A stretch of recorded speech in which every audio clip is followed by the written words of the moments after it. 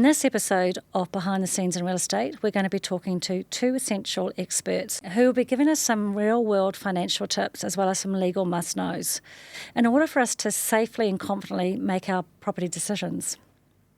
I have with me today Nick MCKORKINDALE, who's a financial advisor with Saving Kiwis, and James MCKAY, who is a lawyer with Wilson McKay, our local real estate firm in Remuera.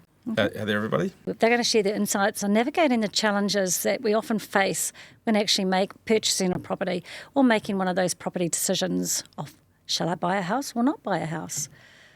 Okay, Nick and James, generally the story goes that a person wakes up in the morning and actually thinks, I really need my own home or I need to change. And there's a lot of excitement and they start looking through open homes or the real estate portals, and then the dreams are created and we have a must-have situation and how can I make this happen, and it becomes a real focus. They often think they'll go and find a property that they like, and then they're really unsure of what to do next. Who are the essential experts? Often they'll get guidance, so people will say, well, you need to see a mortgage broker and a lawyer. We had two guests last podcast, and they actually were, I found a house. What do you mean I need a mortgage broker? What do you mean I need a lawyer? What do they do? So can you walk through with us today some key points or recommendations that if someone comes to you and says, we found a house, what do we need to do? Because usually it's in a hurry. Well, I think just because I'm sitting in the middle here next to Nick, I probably the first thing that need to figure out is actually whether they can afford it. So I'll probably put it to you, Nick, if you want to start this, and then I'll follow on from there if you like. Yeah, every borrower is different, and so first home buyers especially, they often don't know where they stand. You've got two main considerations, which is what the bank says you can afford and what you can afford yourself. And they're often quite different. And so it's going in and understanding and talking to a good mortgage advisor and making sure you know what your capacity is to borrow, so you're not out looking at houses that are way outside of your price range, or actually perhaps looking at not realising that you can get something much better than what you might have thought at the beginning. A lot of people get a few surprises along the line because they don't understand the process. So for first home buyers, it's a different service that we provide for them because we're much more of a process manager. It's making sure they understand what to do at the right time. So a seasoned sort of investor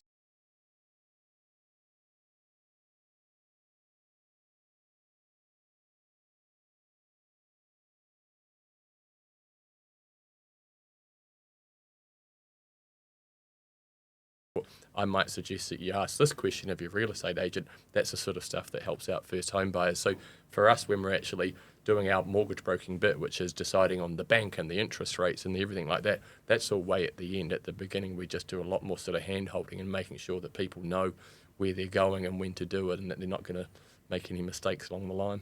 So they have an idea now how much they can borrow. They find the house. What happens next from your perspective?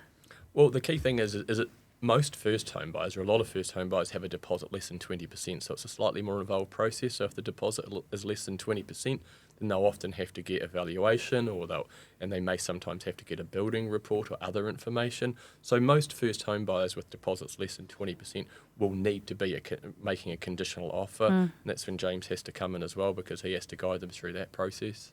And I think, sort of following on what Nick said there, is usually they'll actually have a financing approval, or they've gone through the application process. And usually, I guess, from a legal perspective, before they actually jump in and sign up on a property, whether it's conditional or unconditional, I mean, we're always going to suggest if you can go on a conditional basis first, which means you're obviously going to sound out, financing, for example, make sure you've ticked that box. A LIM report condition, building report condition. Those are probably the first three or initial conditions or important aspects of the property which need to be looked at. So I guess, that where we start is we're usually referred either by someone like Nick or, Barfoot's, for example, or it may be just a family member that's used a lawyer in the past. And then we start to go through the specifics of the actual property and look in depth into those aspects that they might, need a bit of investigation from a professional that's looking at this type of information day in, day out.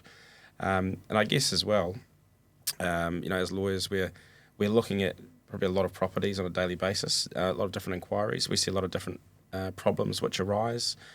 So I guess it's really directing them through that process stage by stage, before they actually sign up on the contract, so to speak, as well. So what happens when someone's going for an auction and obviously they can't put in a conditional offer? What would you like to see the potential purchaser, bring to you to actually review before they can confidently put their hands up and bid? Well, it's really interesting to say that because, generally with agencies like Barfoot's, for example, they'll put a great information pack together, and that will include usually an agreement, or particulars and conditions of auction, a LIM report, a title. So those are probably the first three aspects which we'll just look at and go through. So once we've received that link, that gives us the ability to say to the client, hey, look, we give a bit of a brief, bit of an introduction, tell them. Usually what I would do is say to them, look, you're heading into an auction, do you understand the auction process as well? So we'll actually give them a bit of independent, feedback of how the process will work. Everyone's got their own strategy as well, obviously. Yeah. And I guess also to prepare them for what to expect that process. I mean, as you know, when you get into the auction, a lot of pressure comes on board. Yep. So I guess from the legal perspective, we're always going to suggest it's incredibly important you've done your due diligence. Yeah. I always say due diligence, due diligence, due diligence. Yeah. I like to call that pressure emotional excitement. Right, yeah. But you're 100% correct. They need to actually have done their due diligence, and it's something we always try and ask, have you got your mortgage sorted out? Have you got your insurance sorted out? Have you got a lawyer? Have they seen the documents? It's so important. What we also find now, home ownership in New Zealand is once every 5 to 7 years. I think those stats are still relevant. For first home buyers, when they're looking at finance, they've often got less than the 20%. And so one of the problems at the moment in the New Zealand banking system is that it's difficult to get pre-approvals when your deposit is less than 20%. Yeah. So we try to give guidance to first home buyers as to where we think they're going to land in terms of their maximum borrowings. We give them repayments, we give them an indicative amount, but we can't always get them a pre-approval depending on which bank they're with and their financial position. So there's always a little bit of a tricky sort of friction there as to what they think they're going to be able to get and what they end up getting. And so a lot of that is just a guidance type process and given the confidence to participate in the market. And there are a few little workarounds and a few little mortgage broker tricks that we can use to help people get pre-approved when they've got a deposit less than 20%. And then after that, we get the conditional offer in place, and then it rolls over to someone like James to look after them through that process. Just to extend on to that, sorry, James. It's okay? fine. We're just going jumping everywhere, free range. So just to expand upon that, you've talked about the technical side of actually getting a mortgage. Recently, in our last podcast, Courtney was here and she'd had the situation where she'd gone to 2 mortgage brokers beforehand, and they both said to her, no, you can't get anything, you can't get a loan, wait until next year, you can't afford it. And she felt really disheartened and actually stopped looking because she had done the looking beforehand, and there's like, okay, what's the next step? Mortgage broker, lawyer. Then I think it was about 4 to 6 weeks later, she was introduced to you, and you were a game changer for her. You sort of turned her whole world around, and that all of a sudden, I can make this happen. I can make my dream come true. What was the difference? I think the thing is that there are all sorts of different mortgage brokers out there. There are some very technical ones, there are some very rate-focused ones, but I believe that problem solving is the most important thing that mortgage brokers do. Rates look after themselves. At the end of the day, no one's undercutting anyone else by 50 points or anything like that. So I think when you're coming in from a problem-solving perspective, especially for first home buyers with all the difficulties that they have to face getting into the market, especially with these deposits like under 20% like what we talked about. So I think when you come in like that, you're going to be looking for ways to make deals work, as opposed to sort of, have you ticked all the boxes? Oh, sorry, you haven't. So, come back to me when you can. So, in that particular situation, it wasn't a difficult deal at all. So I was surprised to hear that Courtney had such sort of difficult experiences before. But, there's always a way if you can. It's a case of, I always try to look at it as a case of sort of when rather than if. It's like, okay, if I can't help you out now, well, here's what you're going to need to do to get yourself ready. And then I think if you come up with that kind of mindset as a mortgage broker, you're going to have more success. And I think you're going to have more clients who actually go away feeling like you've actually given them some valuable information, even if you haven't been able to get them across the line right at this time. Cool. So, James, back to our question. We have the home ownership changes every 5 to 7 years in Auckland, I'll say. So we've got someone who has a home already. They own their own home and they've seen another home. They want to downsize, upsize or move into school zones. They want to buy that home. What advice would you give from a legal perspective to them? Well, I guess there's probably a few factors there to be considered as well. I guess, whether they're looking to sell the property to, fund the new property. Are they looking to purchase the second property as an investment?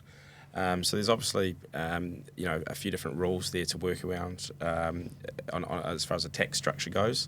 I guess if it was, purchasing a second home as far as an investment side of it, one thing that we'd probably usually suggest is that they have a good discussion with an accountant, work out if there's any tax liabilities that or tax incentives as well.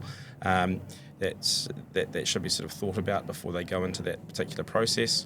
A big thing, I guess, from the legal side, we're obviously going to look at that particular property on the documentation front. We're going to see if there may be anything there which could be problematic. I suppose these days as well, where we've seen, healthy homes compliance has become something that is obviously a significant factor in investment properties. I guess these are the aspects where, we'd suggest that need to be considered in depth, I guess, before signing up an agreement.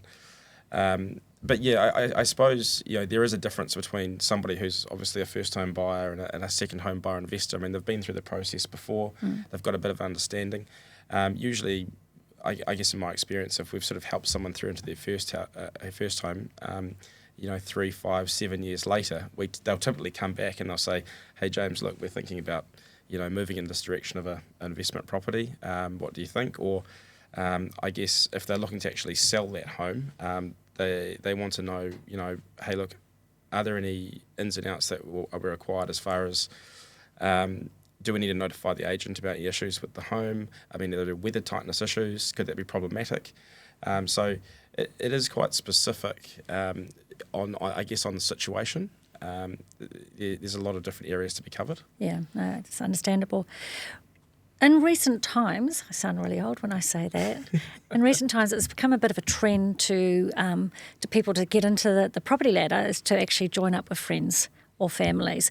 So there's been a lot of partner buying, friends buying, co-buying. How do you navigate that from a mortgage perspective? It's a complicating factor. It's a nice way of putting it.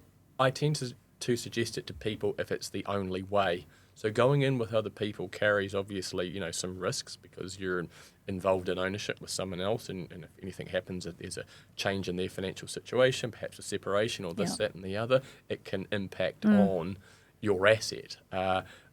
From a mortgage broking perspective, the number one issue is that you're a guarantor for all of the other parties lending. So let's say you're borrowing $1 million and it's 50% each, you're actually liable for their $500,000 as well as your own.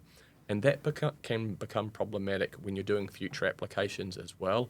You're not just being assessed on your own $500,000. You're being assessed for any lending that you're a guarantor for. And that includes the other $500,000, the other 50% share. A lot of people aren't aware of this.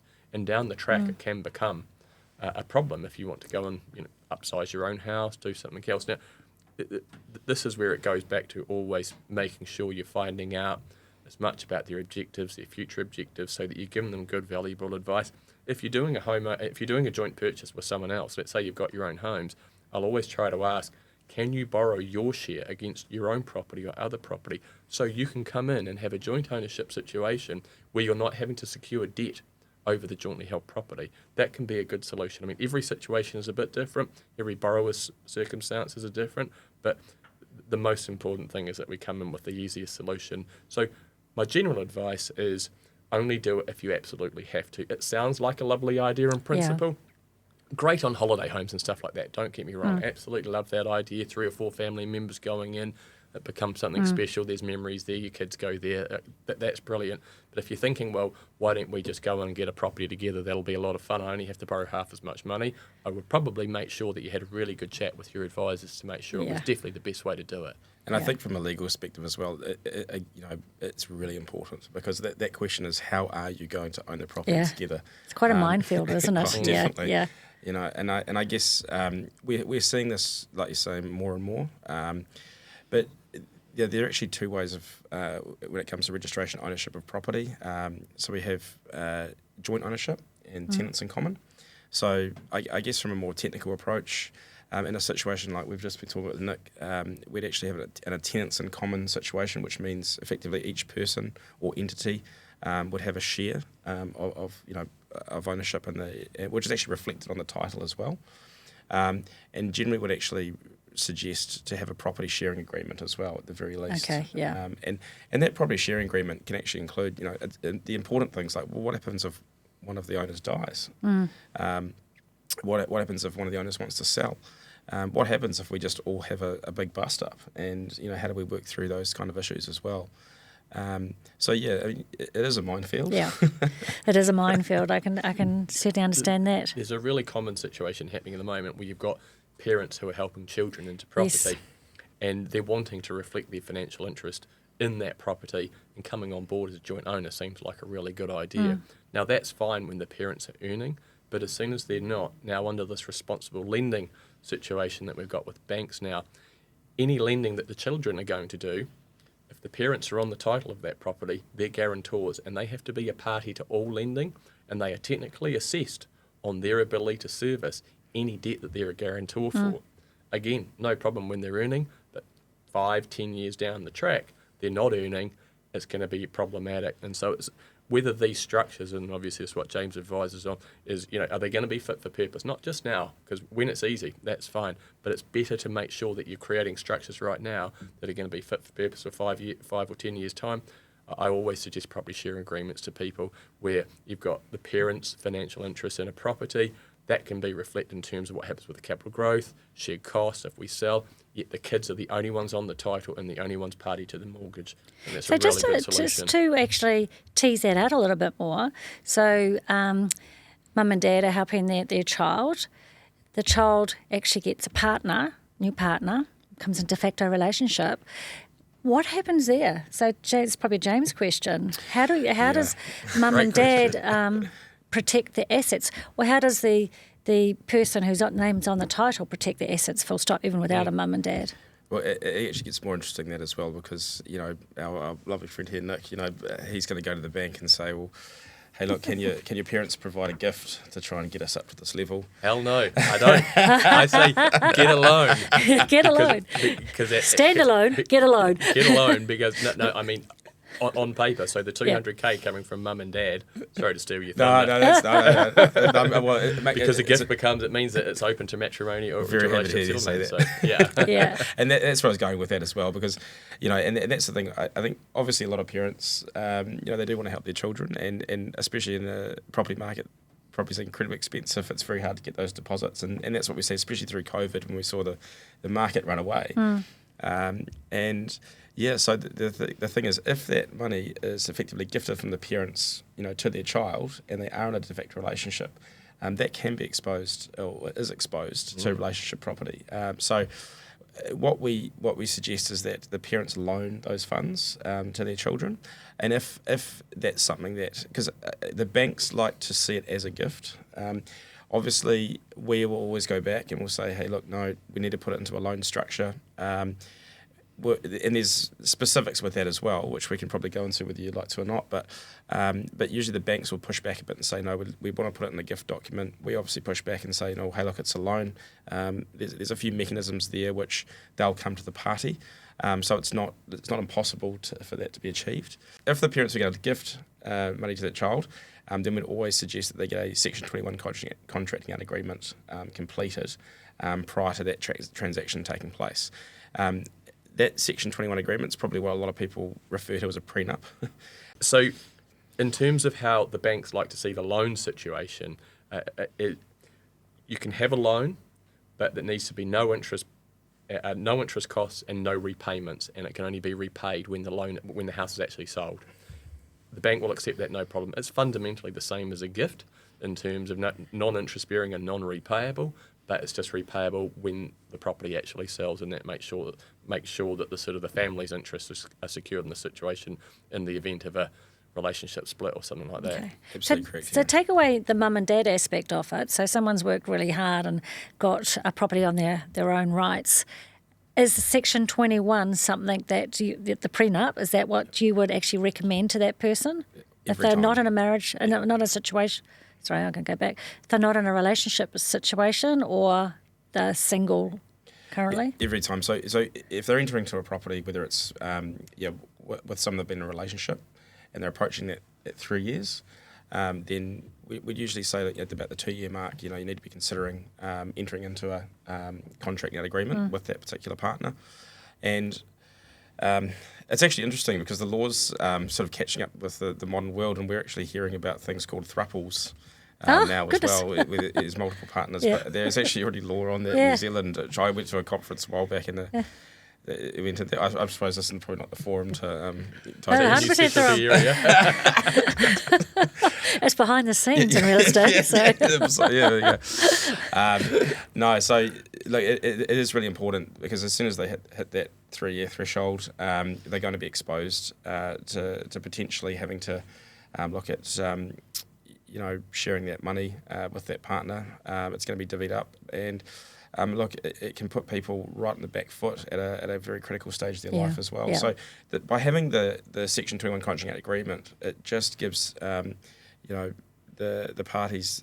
It's really they see the future. They can see exactly where it is. It's an understanding right from the get go. It obviously protects each party as well, because sometimes it's not just one sided, and also it may be that one partner has a different trajectory in their career and down the track. So, having that document there really just establishes and protects those particular funds, from the outset, from purchasing that property. Cool, thank you. In the last few years, we've seen a massive, massive rise of brand new builds, brand new townhouses, apartments. Does that actually put a different spin on borrowing?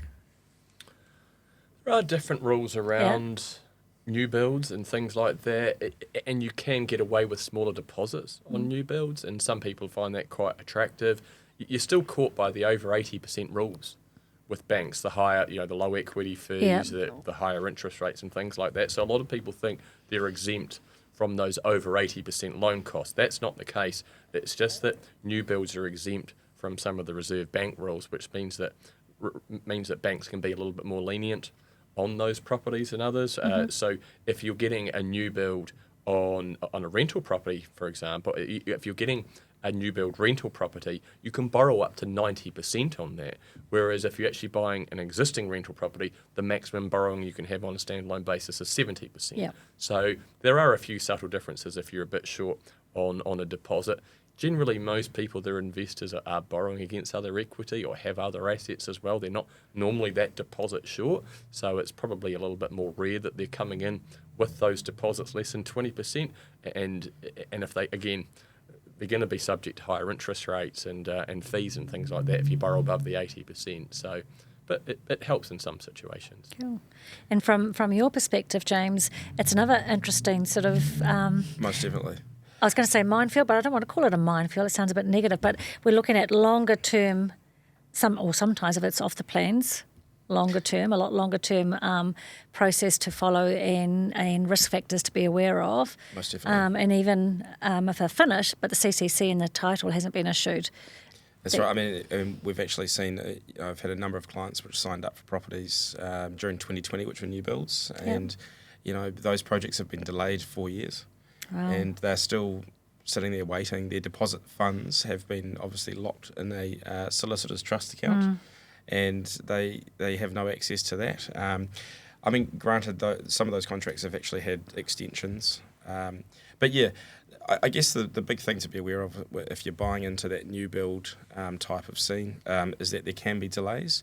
There's also aspects as well, variations of materials. So Yep. sometimes we see developers with, I think what we've sort of seen through COVID is that we've seen building materials obviously increased significantly. And we've then seen those developers obviously try to retain their margin, probably stay afloat in some cases, and they've actually changed out some of those materials based on that contract, which originally has been signed. I guess that's one aspect that we'd go through with a purchaser if they're getting into that type of property purchasing. I guess on the back end of it, what people don't probably realise is that there's usually societies which are create the rules and obligations of all the owners within these developments. They can be good and bad, but again, they are restrictive. But I have seen some, when we talk about a quiet enjoyment, which means sort of, everyone can live there in peace. I guess, what people don't realise sometimes is that pets actually are not allowed within these developments. And that can become a shock, especially if they've signed the paperwork and actually haven't, read through some of those rules. And obviously, parking. I mean, a lot of people have, boats and caravans and things these days. Sometimes they buy into that, they obviously want a new property, and there'll be land covenants basically, stating that, caravans can't be parked outside or boats can't be parked outside, for example. So I guess, right from, the start of the process, it's very important, I guess, to look at those aspects. And I always say as well, before you get in on a particular development, have a look at who the developer is. Are they an experienced developer? Do they actually have the grunt? I mean, is there anything on Google? Is there any legal action against them? I guess just, sometimes, those kind of aspects just sort of go over people's heads. But yeah, I mean, that's, yeah. Okay. Yeah, that's great advice. That actually brings up something I hadn't thought of before on the finance side of things. So in most cases, if you get an approval for a new build, it's only going to be valid for 12 months.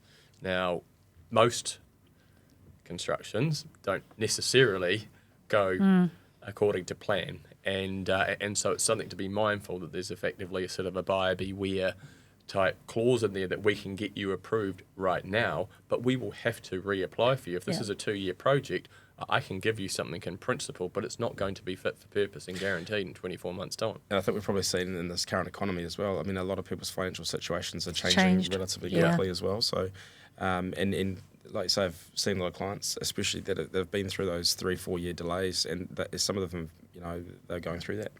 Well, something that's been particularly savage in this time is that we've gone through an unprecedented increase in interest rates, and we've also seen property prices fall. So if people have bought off the plan, in say 2022 or 2021, they could have found that they were sitting there budgeting away at 3 or 4%. Suddenly they're coming out at 6 or 7%. We've had 20% price fall since 2021. You'd be coming out effectively with, if you're a first home buyer, with a low to negative equity position. Now, the banks have been supportive of this. They're not pulling the rug, but from a buyer perspective, it's pretty scary sometimes. It's very scary, knowing that you've actually gone in and you've got a negative equity situation. I mean, obviously property normally goes up over time, so this last few year window is sort of reasonably unprecedented, certainly all in terms of our working lives and stuff like that. But it is something to be mindful of, especially on those longer term ones, the ones that are going to be more than 12 months, exactly like what James says. Make sure you're looking at developers that have a proven track record, that don't have black marks by their name. In a rising interest rate environment as well, watch out for sunset clauses where your actual sale and purchase agreement, and more importantly the price that you're paying, might be $750 now, but if it's not completed in 12 months' time, you can have a sunset clause, which means that they can actually basically cancel the contract and then sell it to you for another 50 or 100K more. Yeah. Well, you've got to be careful with that sunset clause as well, because a lot of these clauses will be that the vendor or the purchaser, and if it's the vendor, it's the developer. So obviously from a purchaser perspective, you don't want to be able to have the developer to be able to cancel the contract if they can't get a CCC issued through, because if we do see an increase in the market, that could be a nice little out for them. So we did see that in late 2021, didn't we? 2022. We did. Did see that happening actually quite a lot. Yeah. So I think there's some good tricks I think learnt through this last little boom. That happened in the run up to the GFC and the big boom before the GFC. That this is when people were getting caught by sunset clauses. I know people that this is back when houses were like 250K or apartments were 250K. Sunset clause, people didn't even realise, and it's like, well, we're going to sell it to someone else at 290, or you can pay 290. So effectively, this property that you thought you were banking a tidy little profit of 40K on, you suddenly actually have to pay for it because of the sunset clause. So that's one to watch. And that's why you need your essential experts. Absolutely. Okay, we're going to move on from new builds to renovations. You were right. And older homes. Sorry, I'm sorry. It was a minefield. You were right. It was a minefield, yeah. So we're going to move from new builds and developments to older homes. And, over the years, compliance has got tougher over the years, and it wasn't a big factor in houses built in the 60s, 70s, 80s, 90s, even the noughts probably. I suppose when the Building Act 2004 came into play. Sure. And we do have the Kiwi handyman mentality. We can do it, the number 8 wire mentality. So we find a lot of the older homes, which are great homes, but they may have an extra toilet put in or something else added in that doesn't meet the current code of compliance or the current building code, or it doesn't have a code of compliance certificate. How do you navigate around that? Something could be something quite simple, and it could be, hang on, I'm dribbling around here. I was going to go on a cross-lease section in a carport. But it could be something that's quite simple, but it actually can affect the whole sale of the property. How can you navigate that around from a financial perspective? Well, it's always case by case, and it depends on how much equity you've got as well. So again, anything above 80, any borrowing above 80%, it's going to be a real minefield. It's going to become a big, big problem. The most important thing is that you can get full insurance. That really is the key. So where there's unconsented works, you can have issues around insurance. So where you've got things more simple, like converting, say, a little downstairs room to sort of a bathroom and a loo, not so bad. You can get after the fact checks, things like waterproofing, making sure that it's all okay, safe and sanitary type reports. That those are normally resolvable, and it's, again, especially if your deposit's greater than 20%. Now, once you're starting into getting into the larger works, if it's something like a shed or an extension, carports are okay, but where you've got electrical wiring, where you've got stuff that can possibly put the home in danger if it hasn't been done properly, then you're starting to have more problems these days. Now, this did not used to be a problem sort of 10 to 15 years ago and even 20 years before. Yep. It's just become a bigger and bigger problem. And of course, she'll be right, mate, New Zealand type stuff. Yep. It's been fine for absolutely decades, but the chickens are coming home to roost a little bit on this unconsented stuff. So that is definitely something to be really watchful for when you're buying, that you're not taking on something that is going to cause you some sort of compliance or insurance risk down the track. Now, it will often be picked up by the bank, especially, again, when you've got a low deposit. But sometimes you could be buying a property as is without knowing that it's all consented, and that's why you need to... I'll hand it over to James about limbs and everything like that. No, you're 100% right.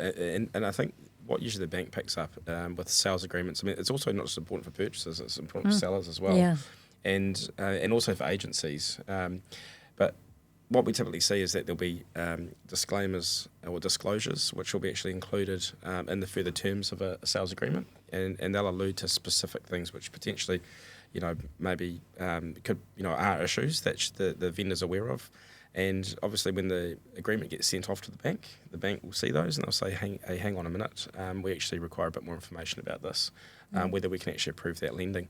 But I guess, going back to the start of the question, I mean, we'd always suggest that, if you've got an older home that was built prior to the Building Act changeover with new requirements, and you actually can't find a lot of documentation held on the property, definitely get a builder's report done, maybe even a structural engineer in some cases as well, especially if it's a bigger home. I mean, typically I have heard of situations where, walls have been removed. Some have actually been potentially catastrophic as well if they weren't picked up. Because it's one of those things, if you go through, it was an unknown, it's potentially going to turn out to be an incredible cost, or a cost that you didn't factor as well, if you didn't pick it up during the purchasing process. But yeah, I guess on a legal front, there are a number of warranties which are also included in the contracts that the vendors are obviously signing up to, which do provide an element of protection. especially if there hasn't been a disclosure made in the further terms of those agreements. Yep. So, but coming back to that whole due diligence thing, I guess when it actually comes to the building side, I mean, you can go to the Auckland Council, having a LIM report, obviously a very good first port of call. I genuinely will actually suggest to people as well, take the step to actually get the property file. Yeah.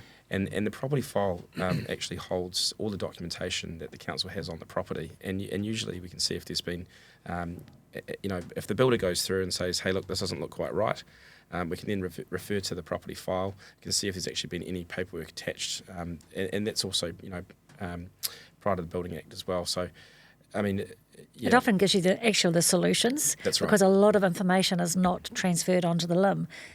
So we find that actually just people get a little bit fearful of getting a property file, but it actually gives you the solutions to move forward often. Definitely, and it's not a major expense either. No. I think the last one was like it's $92. Yeah, I might have gone up a little bit now. With For an urgent one, everything's yeah. gone up. At the moment. Sorry, no, but yeah. But I mean, for that type of expense, it's just it's a no-brainer for me. Yeah, I agree. I was just gonna. So I'm just thinking about this. So, okay. So a scenario that we often get is that we have a property that's got the extra toilet in, we disclose it, and the sale and purchase contract's just been upfront for everyone to know, and then we find the banks will say no. You mentioned before about it's often about equity. How else can you help to sort of get that sale over the line? So the issue in these situations here is that where there's unconsented works, the bank wants to know what the valuation is without those unconsented works. So this is an issue, especially where you're, say, borrowing right at the 80% or above, because suddenly if there's $10,000 worth of work there and you bought for $1 million, they're only going to value that at $990,000 in terms of the LVR, the loan-to-value ratio perspective. In these situations, what we have to do is we have to go and either get a valuation confirming what it's worth without the works being done, or we have to get them consented so we can get full value. Just on that, the fact that now somebody's actually alerted everyone to the problem, and now becomes something that needs to be resolved. So potentially is that another cost that the vendor is going to have to front up as well to actually get the property through the market. Yeah. I don't know if you want to dive into that at all, or just. Yeah, we can. Go for it. What do you think? Oof, that's pretty in depth. That one. Yeah. It's also, Yeah. it's Try and make also it quite short and tricky as sweet. well. Yeah, It's like that's really case by case. Yeah. So it makes a big difference if there's if you've got 40K there. Yeah. In the background, then it's no problem because they have to rip it out and then spruce it up and turn it back into a room. I mean that's obviously off the record. What a lot of people do is they just take it out and put it back in later on, and then We don't. No, see what people do. Yes. No, but like you can do that and then get it consented later Yeah. and things like that, so you can get the waterproofing all signed off and stuff like that. Because you often get asked to do a side agreement, and we just said no, because it's fraudulent. Oh no, Yeah. it's not that the vendors do it. I mean that you buy it as is and you accept it yes, as is. yes. And then, and again, not going to work for people with like deposits less than 20% and stuff like that. But if you've got the equity, and then what you do is you have to rip out the shower, you do the waterproofing, you get it all done, you get the drain layer to come around and check that everything's all good, and then you've got it fully consented again, and it might cost you 5 or 10K to remedy that. You're probably going to do the renovation anyway. Yeah, but like you say, I think it's a bit of a dangerous area. Yeah. To cover, especially on But podcast. yeah, I don't think we should put it into Yeah. a lot of these are workarounds. And, One question I want to talk to you about, Nick, is about how do people get credit? How do they get a credit rating? So that's often, for a first-home buyer, that's often a real situation, like they haven't owned a home before, they've rented. How do they get that credit rating so that they actually looked upon favourably? It's gotten a lot easier these days. In days gone by, you used to have actually had proper credit facilities and paid something off and had your car loan or had a credit card. And a lot of people choose not to live that way, that they don't want to have debt. But now what's happening is that they've got more advanced credit checking systems that will actually watch whether you've been paying your bills on time, whether you've had excesses in other accounts, whether your utilities are up to date, any excesses you've had on any facilities. So it's much, much easier these days. So I think some of those old school type beliefs that I've got to go off and pay off a car loan to get a good credit rating, they don't really apply these days. The most important thing for first home buyers especially is to keep your debt low. So don't go off and start taking on debt thinking it's going to get you a good credit score, because it's actually, again, that's something that sort of Nana or Granddad or someone else might have given you that advice, that those rules don't apply anymore.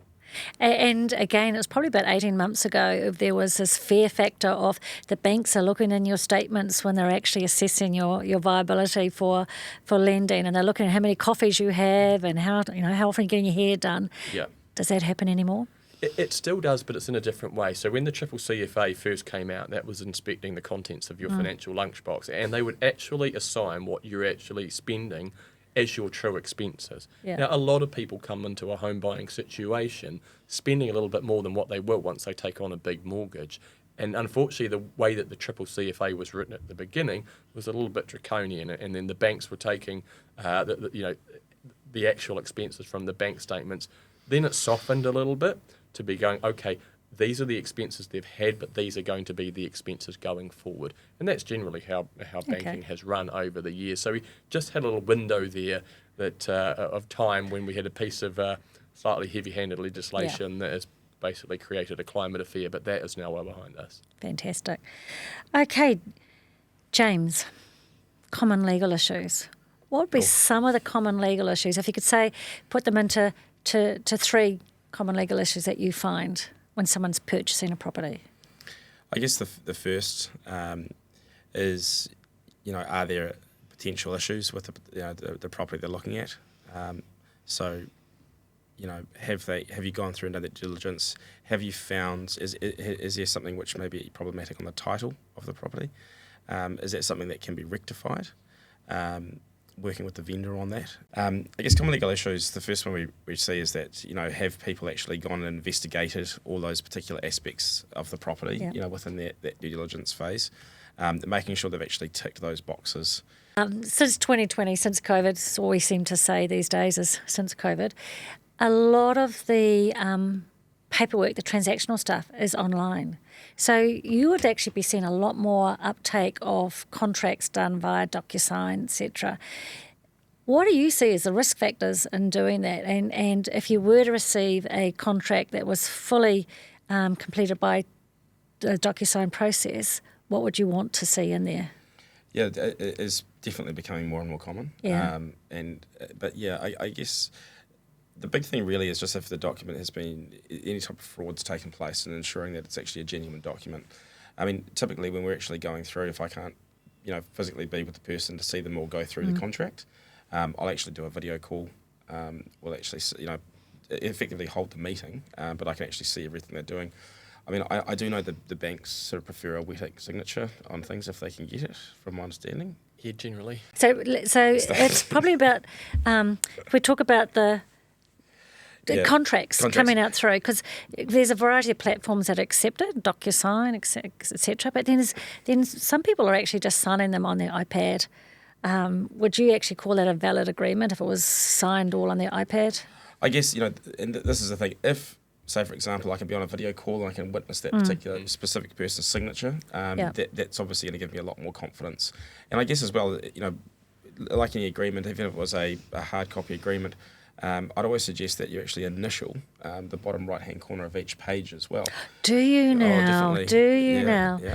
So old school, James. Oh, well, I mean, hey, you just never know where, someone just wants to slip a page out and slip a page in, because maybe something was incorrect or and I actually agree with you when it's actually a contract that's going via that medium. Yeah, so I think that's the big thing, is really just identifying, to make sure you've got a genuine document. It can't, it hasn't been manipulated in any way, I guess, which is, I suppose, with these days with the technology, we've seen that, it's such a wide open space for fraudulent activity to take place. So I guess, that's probably my advice on that, I suppose. Cool. What about you? On the mortgage side of things, there's really two parts of the process. That there's actually applying for the finance. Yeah. And it doesn't have to be a wet signature. Banks don't want just sort of any in italics type font signature. That won't fly. It does need to be a proper signature. It doesn't have to be wet ink specifically. At the end of the day, at the beginning of the process, there's all sorts of cross-reference checks as to, we have to provide ID, if they're an existing client, they're already known to the bank. So that's relatively easy at the beginning. And getting an approval, that in itself, it's not like a binding contract or anything like that. So it's much more in James' area in terms of what happens after the fact for my job. There are a lot more loan agreements that are getting signed by DocuSign. That seems to be much more common practice with a lot of the banks. But when guarantees are getting taken, then there's not going to be DocuSign generally, unless there's some other verification process that's being followed. Okay, thank you. Getting to the end, guys. You can breathe. Just getting warmed up. Come on. I know. You know how I talk. Yeah, I do. Okay, final advice.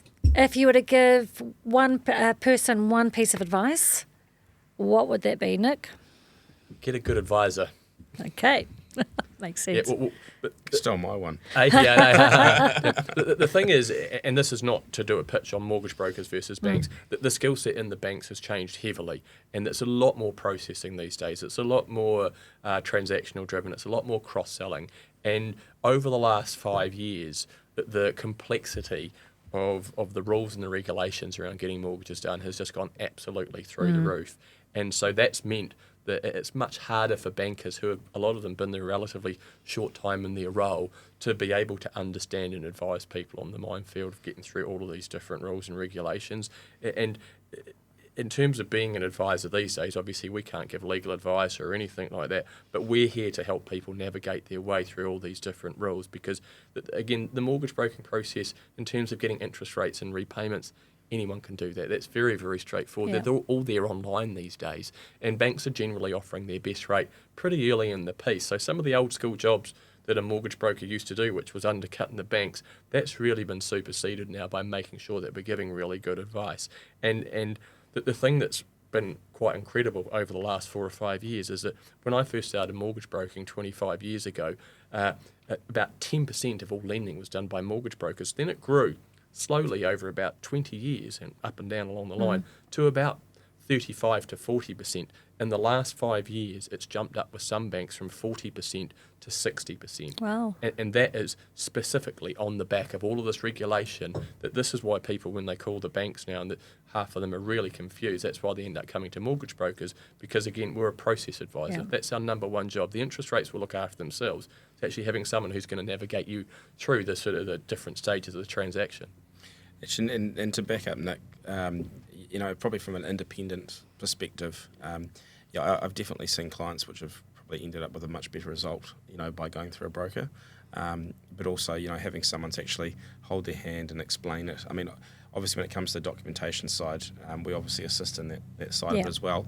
But I think that, there are other benefits. I mean, I guess it's not like the old days where a lot of people, I think, used to believe that, well, you have that relationship with your bank manager or the person that you're dealing with at your bank. You just don't seem to have that anymore. I think the attrition through the industry just seems to be changing names all the time, whereas someone that's actually, like you say, I mean, Nick's been a mortgage broker for 25 years. Yep. I mean, that's a relationship that, you might have for 25 years. And I guess, once you've built that with that person, and I see this with clients as well, they typically, they might get a better cashback, for example, because they've gone through the brokerage system. They might just get better terms or favourable terms with the bank. So, I guess I can sort of see that from that perspective as well. Cool. So, James, from a legal perspective, what would be one piece of advice that you would give? I guess the first thing is, probably not so much legal advice, but it's probably a bit more of a practical advice. But, don't rush. I think, take your time. When the emotions are flowing, then I think, you've really got to, slow down. And I think that's why having good advisors are so important, because when the emotions kick in and you want to really get that decision made and you want to move forward and there's a lot of pressure there, really, in a way, we're the ones there that are sort of applying the brakes and saying, well, hey, hang on a minute, this might be an aspect that you haven't thought of. This potentially is an issue, and I think we should look at resolving this before you actually sign the dotted line or, you proceed with this. Yep. So we are there to sort of act in your best interests and ensure that, really the wheels aren't going to come off and problems arise, down the track. Yeah.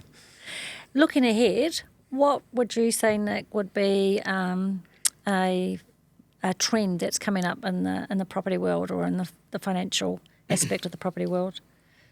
I think what we're going to be seeing quite a big shift in the market. Obviously, we're coming from a very difficult few years in terms of participation in the market is about to get a lot easier. The market's going to start moving again. It's going to become a bit more, it's going to be a little bit harder. There's going to be more competition for properties coming up. So it's just been a buyer's market all the way. So it's going to be a little bit of a shift now. I don't think property prices are going to fly away because they're so high in real dollar terms. And we've also got, even as interest rates come down, normally that's when property prices will pop in New Zealand, but we've got these debt to income ratios in New Zealand. They're going to keep a bit of a lid on things. So I think this cycle is going to be a lot less volatile than the recent cycles. New Zealand's had a real up and down, a hell of a lot of up in the property market, but there's been a bit boom bust in the last wee while, and prices moving very, very quickly up and then obviously coming back down. And I don't think that's been healthy for the market. I feel like with the changes that have happened, even though they've been a pain, some of this regulation, things like this debt to income are going to like clip some people's wings.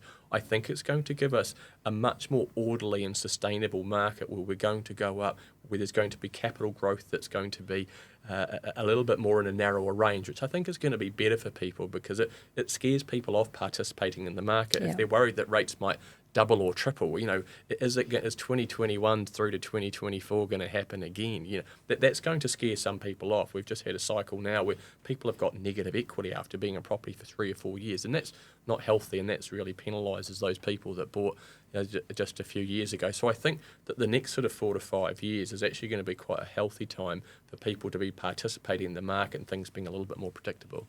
Cool. James, any predictions for the next 12 months to 5 years? Oh.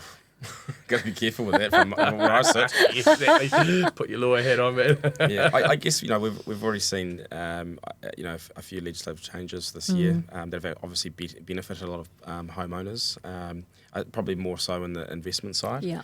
So one of the things that is going to be easier is financing for property investors. So now the Bright Line test has gone away. You can borrow up to 70% on investment properties.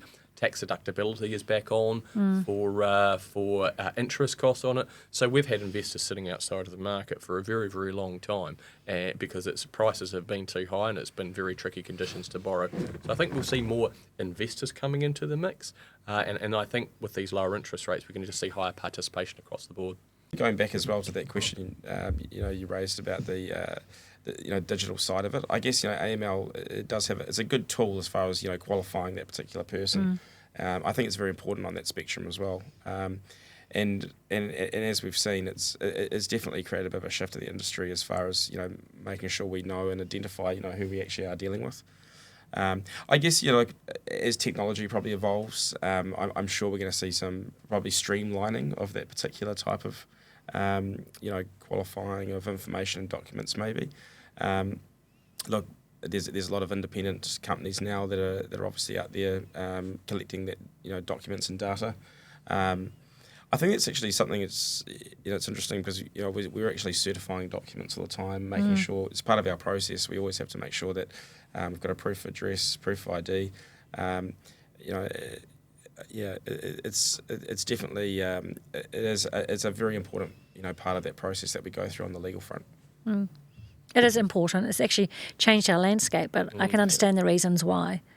So yeah, well, it was absolutely out of control there in the early 2000s. Yeah. The money that was pouring in from overseas and actually just stopped locals from participating in the market because they just simply money coming from much wealthier countries, and it was just flying in and it was fundamentally unfair, and it's money that wouldn't necessarily stay in New Zealand for the long term. So it's one of those ones where I think that when you're a relatively small economy like New Zealand, not particularly wealthy, it's really important that we actually sort of protect and grow our economy, and like things like AML and the foreign buyers ban and things like that. Even though there was some, unusual elements to it, they weren't very popular with it. With some people, I think that overall the market had to be protected because we were too small and too vulnerable. Well, that's a wrap for us. So, James and Nick, thank you so much. I think you've actually clearly demonstrated that you are the essential experts in a property transaction. Really appreciate your wealth of knowledge and your time. So, thank you. Thanks so much, Caroline. Yep, thanks for having us.